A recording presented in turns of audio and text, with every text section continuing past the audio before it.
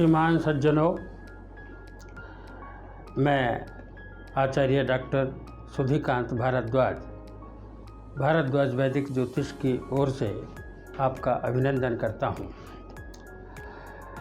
आज के इस वीडियो में हम पिछले वीडियो से जो हमने सीखा है उसी ज्ञान को आगे बढ़ाएंगे। ज्योतिष शास्त्र एक बहुत विशाल शास्त्र है और आज के युग में अनेक प्रकार के ज्योतिष आचार्य इस लोक में ज्ञान दे रहे हैं।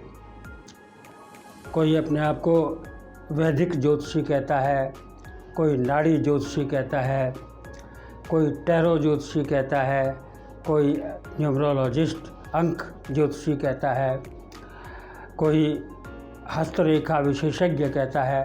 तो इस प्रकार से ज्योतिष की अनेक विधाएं आज लोक में प्रचलित हैं, परंतु हम गहराई से विचार करें तो इन सब का मूल एक ही है और वो है वैदिक ज्योतिष।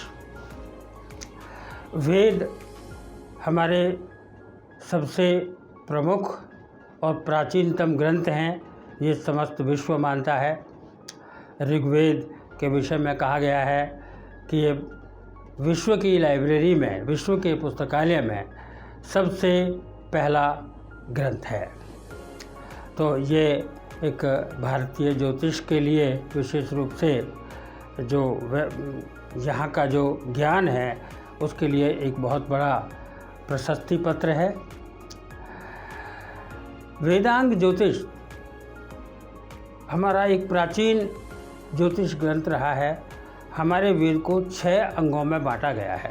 वेद एक शरीर है, संसार रूपी इस ब्रह्मांड का वेद शरीर है, जिसके 6 अंग हैं और 6 अंगों को जो नाम दिया गया है वो है शिक्षा, कल्प, व्याकरण, निरुक्त, छंद और ज्योतिष। इन 6 अंगों के द्वारा ही हमें वेद का ज्ञान होता है। ये सब भिन्न भिन्न कार्य करते हैं, जैसे व्याकरण मुख का काम व्याकरण करता है, और इसी तरह से हमारे शिक्षा ग्रंथ हैं, ये हमारे कर्ण का काम करते हैं। तो इसी तरह से 6 अंगों में सबसे प्रमुख अंग है नेत्र, और ज्योतिषाम अहिनम चक्षु।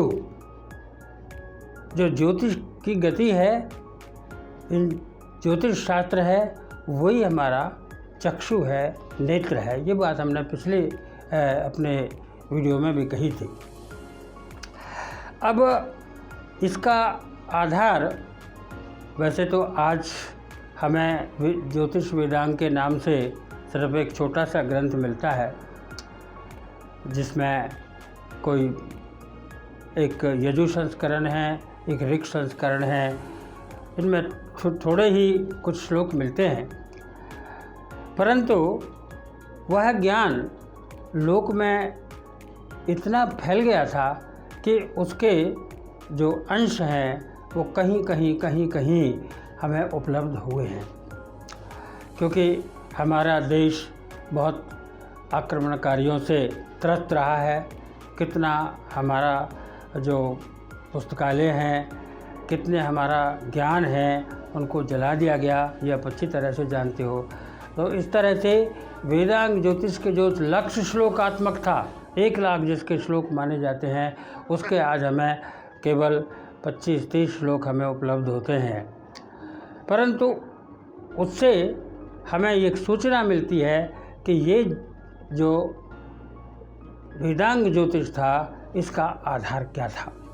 इसका आधार हमारा ग्रहों का गणित था कि हम किस प्रकार से सूर्य, चंद्रमा, मंगल, बुध आदि ग्रहों की गति को जानें, उनका गणित करें, और उसी के आधार पर हमारे आचार्यों ने अगले ग्रंथ लिखे।